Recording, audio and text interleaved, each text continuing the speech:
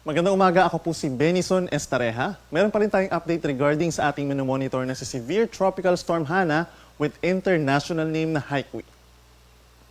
Huli pong namataan ang sentro ni Bagyong Hana, 870 kilometers silangan ng extreme northern Luzon at taglay pa rin ang hangin ng 110 kilometers per hour malapit dun sa kanyang sentro at pagbugso hanggang 135 kilometers per hour.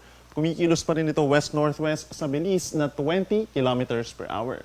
Samantala, itong si Bagyong Saula ay from super typhoon, naging typhoon na lamang po, no? Ito si dating Bagyong Guring at namataan 530 kilometers kanluran ng Itbay at Batanes at patuloy ang paglayo sa ating kalupaan pero patungo dito sa may southern China kabilang Hong Kong and Macau.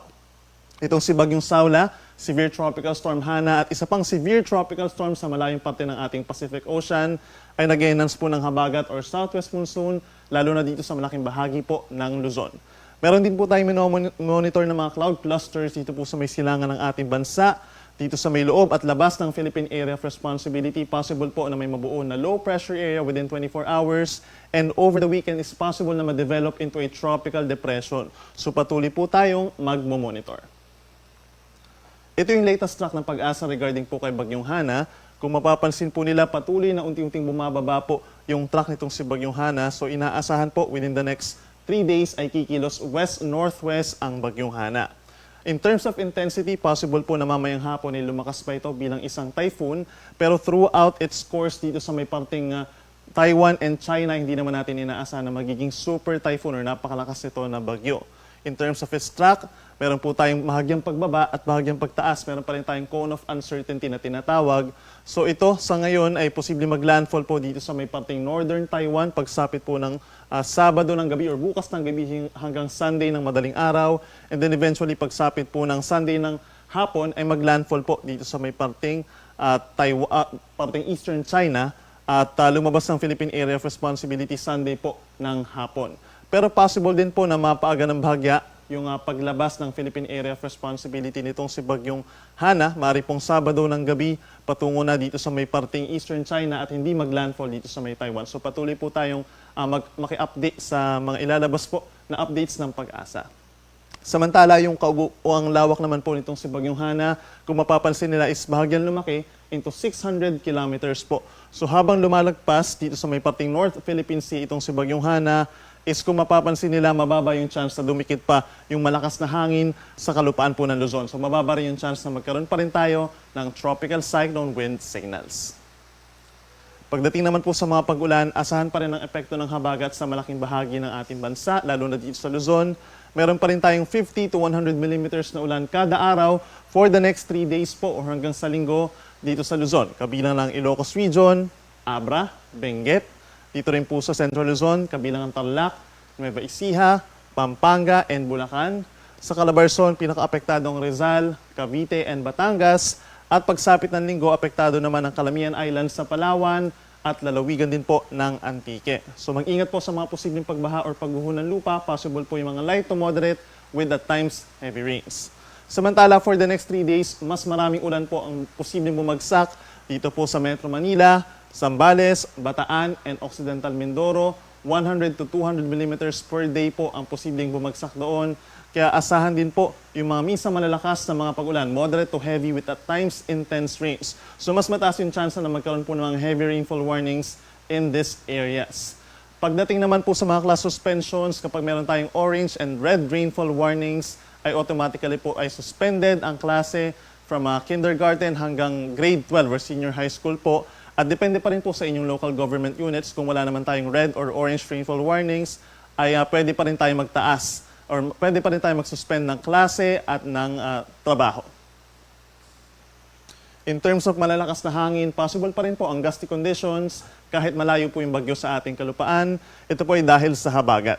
For today, asahan po sa Cordillera Region ang mga pagbugso ng hangin habang ngayong araw hanggang sa linggo. Asahan din po ang mga pagbugso ng hangin over Batanes, Ilocos Region, ganyan din sa malaking bahagi ng Central Luzon, Zambales, Bataan, Bulacan, and Aurora. Dito rin po sa Metro Manila, malaking bahagi ng Southern Luzon, Calabarzon, Mimaropa, and Bicol Region, ganyan din sa Western Visayas at sa northern portion of Eastern Visayas. Mas malakas po yung hangin dito po sa may coastal areas at sa mga bulubundukin na lugar. Meron din po tayong gale warning pa rin sa malaking bahagi po ng ating bansa. Dito pa rin po sa may northern seaboard of extreme northern Luzon po. Dito rin po sa may Ilocos region. Hanggang 5 metrong taas na mga pag-alon po ang posible. Habang sa natitirang baybayin naman ng Luzon, dito rin po sa may Western Visayas, except dito sa may parting Negros Occidental. At sa seaboard ng Northern Samar, meron tayong 2.8 to 4.5 meters. So nasa 1.5 palapag po ito ng gusali. Delikado ang mga pag-alon nito sa maliliit na sasakyang pandagat. So maaari po magkaroon ng mga sea travel suspensions for small sea vessels. At delikado rin yung mga pag-alon sa mga katamtaman at malaking sasakyang pandagat. Ngayong araw, asahan po yung pinakamalaking tsansa ng mga pag-ulan dito po sa western sections kabilang ng Ilocos Region, Abra and Benguet.